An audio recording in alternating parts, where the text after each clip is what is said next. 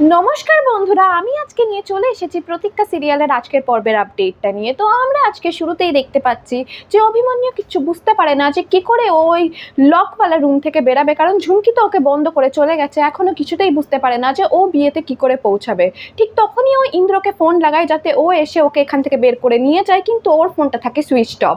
তখন ওর কাছে আর কোনো অপশন থাকে না, ওকে ছুটিকেই ফোন করতে হয়। ছুটিকে ফোন করে জানায় যে আমি দরজা ভেঙে আসার চেষ্টা করছি, কারণ ঘরের সবাই আমাকে বন্ধ করে দিয়েছে।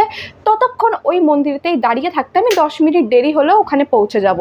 আর সেটা বলেই ফোনটা রাখতে যায়, ঠিক তখনই ছুটি বলে দরজাটা ভেঙে বেরালেই সবাই জানতে পেরে যাবে যে আপনি কিসের জন্য আসছেন, এই জন্যে ওখান থেকে লাফ মেরে পালিয়ে আসতে হবে। মানে ও কিছু বুঝতে পারে না যে ছুটি কি বলছে। ঠিক তখনই ছুটি ওকে বুঝিয়ে বলে যে আপনার ঘরে জানলা তো আছে, সেই জানলা থেকে নেবে যাওয়ার। তখনই ও বুঝতে পারে না যে আমি কি হাত পা ভেঙে নামবো। তখনই ছুটি বলে যে ওখানে কোনো চাদর থাকলে ওটা বেঁধে নিচে নেবে আসার। আর তারপরে ছুটি ওকে স্কুটি করে আনতে চলে যাবে। আর তারপরে অভিমন্যু কিছু বুঝতে পারে না, কিন্তু ওর কাছে আর কোনো অপশনও হয় না, কারণ যদি সত্যি ও দরজা ভেঙে বেড়ায় তাহলে সবাই জানতেই পেরে যাবে সব কিছু, আর একটা অশান্তি হবে। আর ও সেটা চায় না, তাই জন্য ও চাদরগুলোকে বাঁধে আর নিচে যে করে হোক নেবে যায়।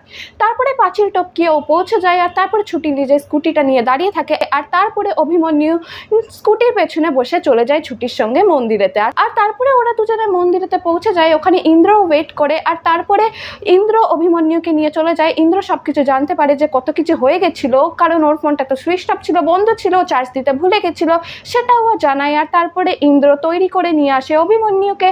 আর ওখানে ছুটিও তৈরি থাকে। তারপরে ওদের শুভ দৃষ্টি শুরু হয়ে যায়। আর অন্যদিকে আমরা দেখতে পাচ্ছি যে ওই একই মন্দিরেতে হিরণময় পুজো দিতে চলে আসে নিজের মেয়ে আর অভিমন্যুর জন্য পুজো দেওয়ার জন্য। ঠিক তখনই ও দেখতে পায় দুজনকার বিয়ে হচ্ছে, কিন্তু ওদের মুখ দেখতে পায় না যে কার হচ্ছে। আর তারপরে ও কি করে পুরোহিত মশাইকে বলে যে ওদের দুজনকার নামেতেও পুজো দিয়ে দেয়ার, আমার মেয়ে আর জামাইয়ের সঙ্গে সঙ্গে। আর এরই সঙ্গে শেষ হয়ে যায় আজকের পর্বের আপডেটটা। তো কি মনে হচ্ছে আপনাদের আপকামিং এপিসোডেতে কি হতে চলেছে, কমেন্ট সেকশনে লিখে জানাবেন। দেখা হবে আবার একটি নতুন আপডেটের সঙ্গে।